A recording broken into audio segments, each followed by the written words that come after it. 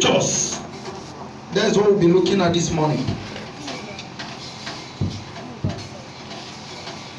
Isaiah chapter 53, let's look at verse 1.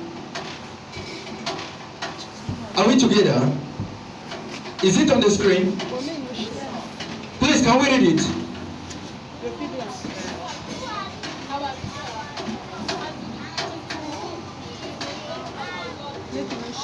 Who had believed our report, and to whom is the arm of the Lord revealed? There are certain miracles that the Lord will do in your life that people will marvel and begin to ask, who did this?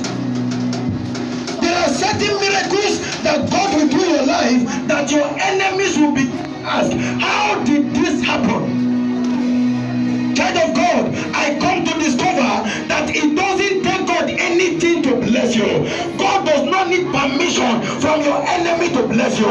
God does not need permission from your father to bless you. God does not need permission from your mother to bless you. Anytime God wants to bless you, He blesses you at will. And can I talk to somebody? Anytime God bless you, it throws your enemy into confusion. He said, who had believed our report? There are certain reports that comes to you that people will begin to ask, how did this thing happen? It may take long to come. It may take as if it's not going to come. But anytime the hand of God is made manifest in your life, people will definitely ask questions, how did this thing happen? I don't care to know how long you've been waiting. I don't care to know how long you have been asking, but the moment the hand of God shows up, people must definitely ask questions. How did this thing happen? Please give us Isaiah chapter 66 in verse 8. Isaiah chapter 66 in verse 8. Now look at what happened here. The Bible said, who had heard such a thing? Who had seen such things? When God manifests in your life, when God does His work in your life, people will be asking, how did this thing happen? Who has heard it? All of a sudden they say you will never give birth. But the moment you get birth, they are surprised. How did it happen? And they begin to ask questions. How did it happen? Where were we when this thing happened? We thought you will never give birth. Look at it now, she has given birth. We thought he will never drive car. Look at him now, he's driving a car. We thought he will continue to rent house until he dies. But look at it now, he has built a house. How did this thing happen? When God shows up in your life, your enemies are thrown into confusion. What is our Bible study topic this morning? Who will believe our report? There are certain reports that comes that your enemy will begin to ask, are you sure this thing is real? Are you sure they are not lying to us? Peradventure you are here under the sound of my voice and you have an expectation. Child of God, I come to talk to you this morning. The Lord sent me because of you. It doesn't matter what is happening before you now. It doesn't matter what you are seeing physically. What the Lord is saying this morning, when I do it, your enemies will be shocked.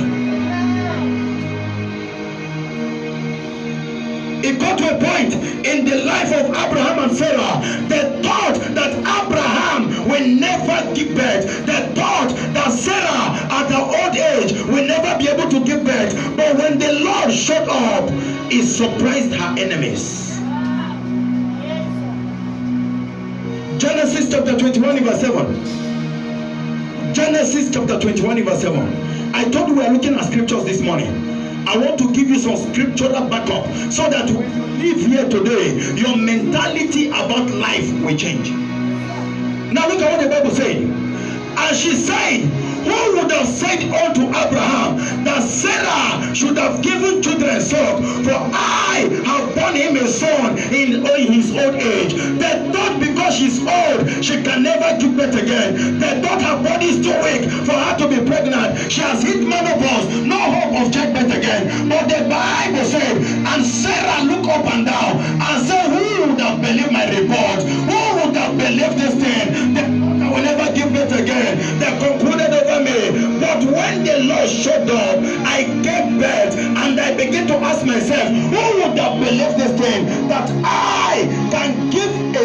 to children. When God visited, her body was transformed. The old system became a new system. The body that was looking old became fresh and young, that it got to a point she was giving time to suck and she was laughing at herself.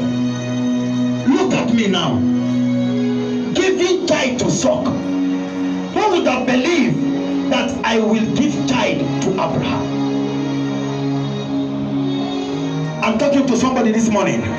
This is your testimony. This is your testimony. This is your testimony. But I venture, they have concluded that expectation of your heart will not come. I come with good news for you today. Your testimony is complete now. Who would have believed when it happens, they will begin to ask themselves, but before they know, it will be too late for them. Very quickly, how to attract good report. There are secrets as to how you can attract this good report. There are secrets, and that is the secret I'm about to reveal to you this morning. A lot of people pray and pray and pray and pray, and their expectation is not coming. A lot of people wait under the disappointment of the devil and they die without fulfillment. But can I talk to somebody? If you can understand this secret today, you'll be able to attract good report. Number one way to attract good report is by faith. Tell somebody by faith. Please give us Hebrew. Hebrew chapter 11 in verse 2. Hebrew chapter 11 in verse 2. The Bible said, by faith the elders obtained good report. There are certain levels of faith you attain in life. Good report will always come to you.